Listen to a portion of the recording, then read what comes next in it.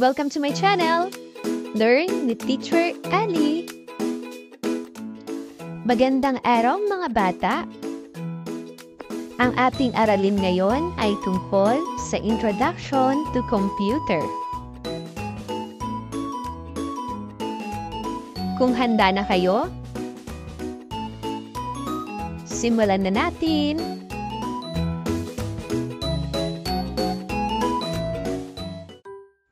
Matatag Curriculum EPP ICT Grade 4 Quarter 1 Aralin 1 Introduction to Computer.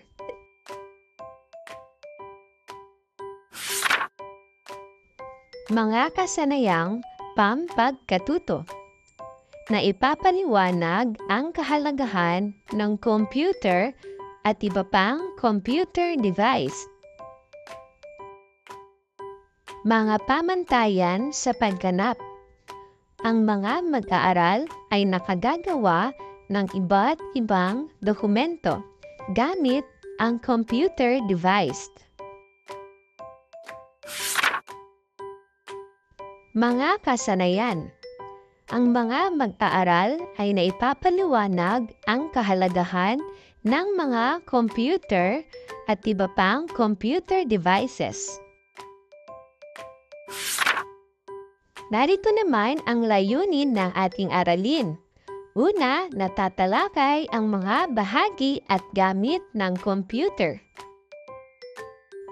Pangalawa, natatalakay ang basic computer operations.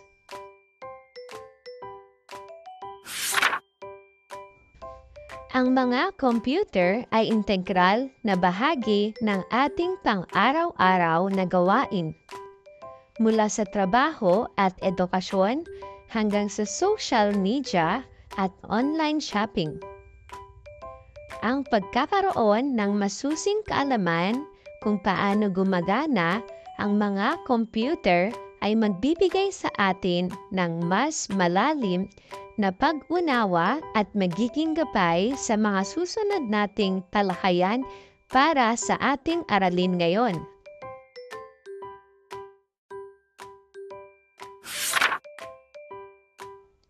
Introduction to Computer.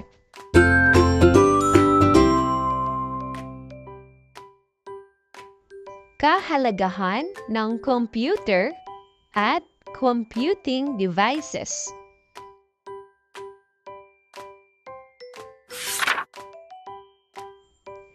Mga bata, alam niyo ba kung ano ang nasa larawan?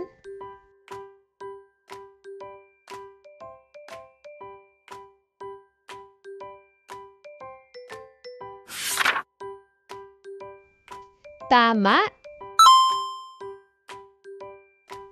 Ito ay isang computer. Meron ba kayo nito sa inyong tahanan?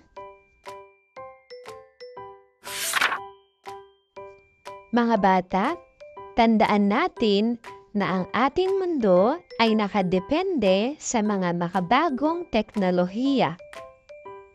Kung kaya naman, ang buhay natin ay umuusad at napapadali. Ano nga ba ang makabagong teknolohiya? Ang makabagong teknolohiya ay isa ng bahagi ng pang-araw-araw na buhay ng isang tao. Ginagamit natin ang teknolohiya sa halos lahat ng dako. Atin naman bigyang kahulugan ang computer. Ito ay isang kagamitang elektroniko at digital or tambilangan, kung saan dinisenyo upang kusang mag-compute ng mga pangkat ng aritmetika at operasyong lohiko.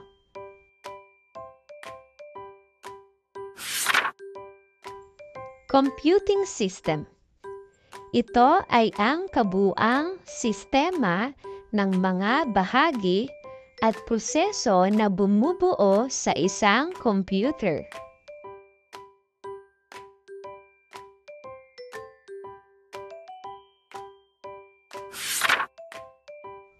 booting.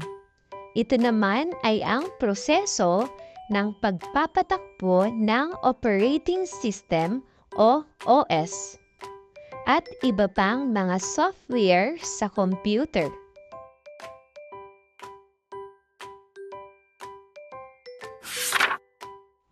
Shutting down. Ito naman ay ang proseso ng pagsasara o pagpapahinto sa lahat ng aktibong programa at serbisyo, kasunod ang pagpatay ng system.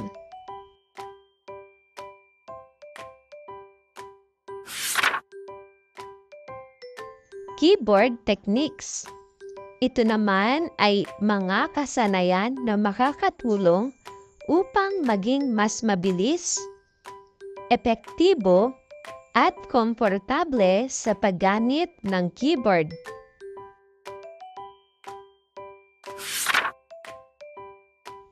Mouse techniques. Ito ay mga kasanayan sa tamang paggamit ng mouse upang mas maging epektibo at komportable sa pag-navigate sa computer. Ano nga ba ang kahalagahan ng computer? Mahalaga ang computer sapagkat napapadali o napapabilis ang ating pamumuhay dahil dito. Marami itong halaga. Nagagamit ito sa araw-araw tulad na lamang ng komunikasyon at ang pag-aaral. Mayroon naman tayong tinatawag na computing devices. Ang computing devices, ito ay ang mga kagamitan na nakakatulong sa paggawa ng matematika sa mas mabilis na paraan.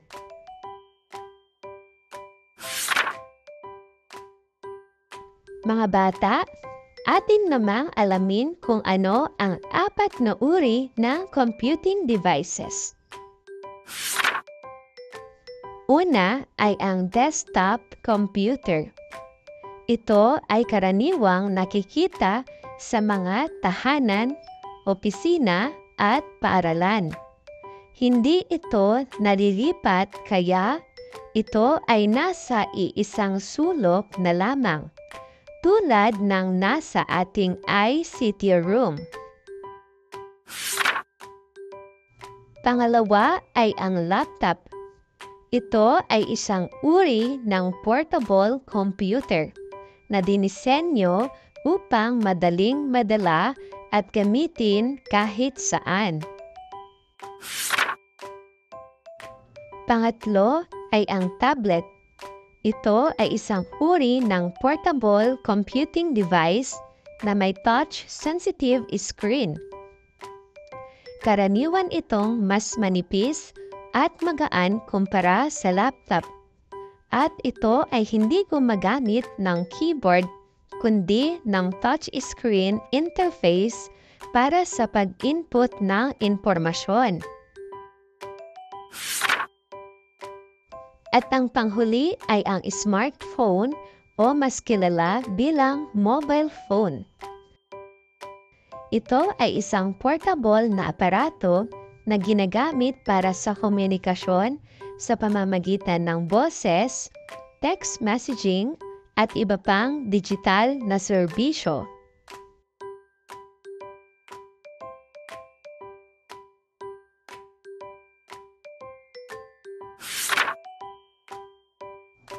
Tandaan mga bata, lahat ng mga ito ay mahalaga.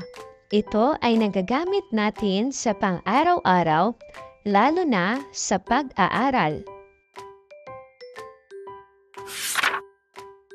Pagsasanay.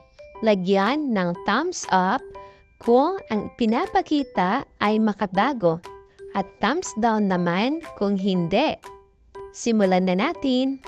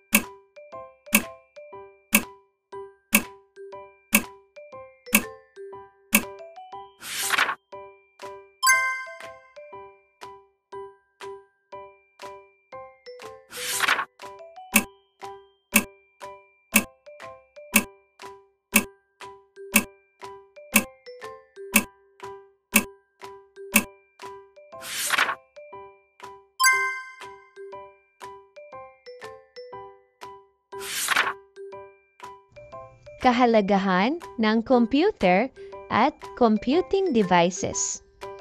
Ito ay malawak at saklaw ng maraming aspeto ng ating modernong buhay. Narito ang ilang mga pangunahing dahilan kung bakit mahalaga ang mga ito.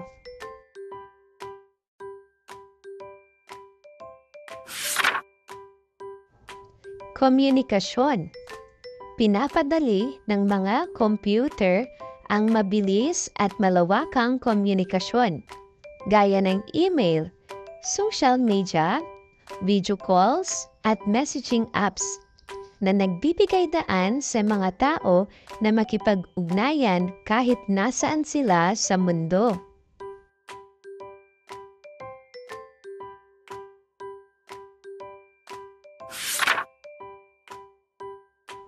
Pangalawa ay ang edukasyon.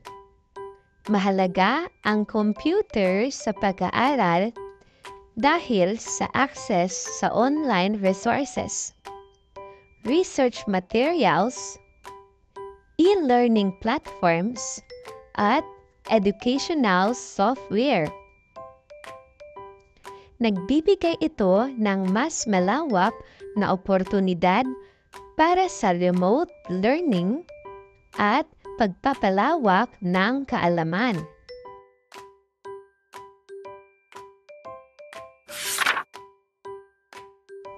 Trabaho.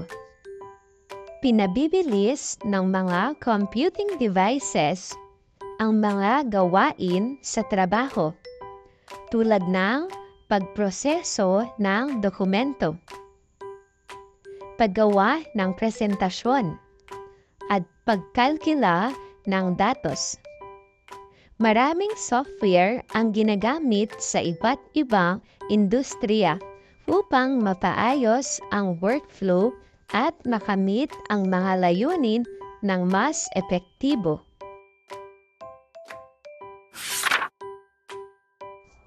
Negosyo. Malaki ang papel ng computer sa pagpapalago ng negosyo. Ginagamit ito sa accounting, inventory management, marketing, at online transactions. Nagbibigay ito ng mas malaking saklaw sa merkado at nagpapadali sa mga transaksyon sa negosyo. Pananaliksik at innovation. Ang mga computer ay mahalaga sa science, engineering, at innovation. Ginagamit ang mga ito para sa pagsusuri ng datos, pag-simulate ng mga eksperimento, at pagbuo ng bagong teknolohiya.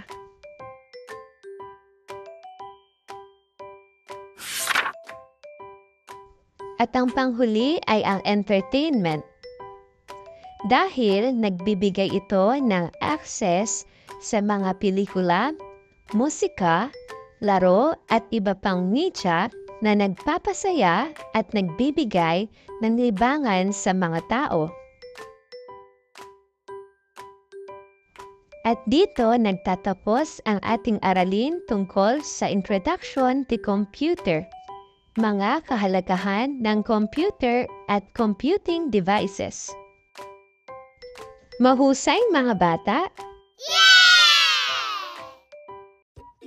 Thank you for watching! Also, don't forget to like, share, subscribe, and click the notification bell for you to be updated on our latest videos. See you on our next lesson. Goodbye!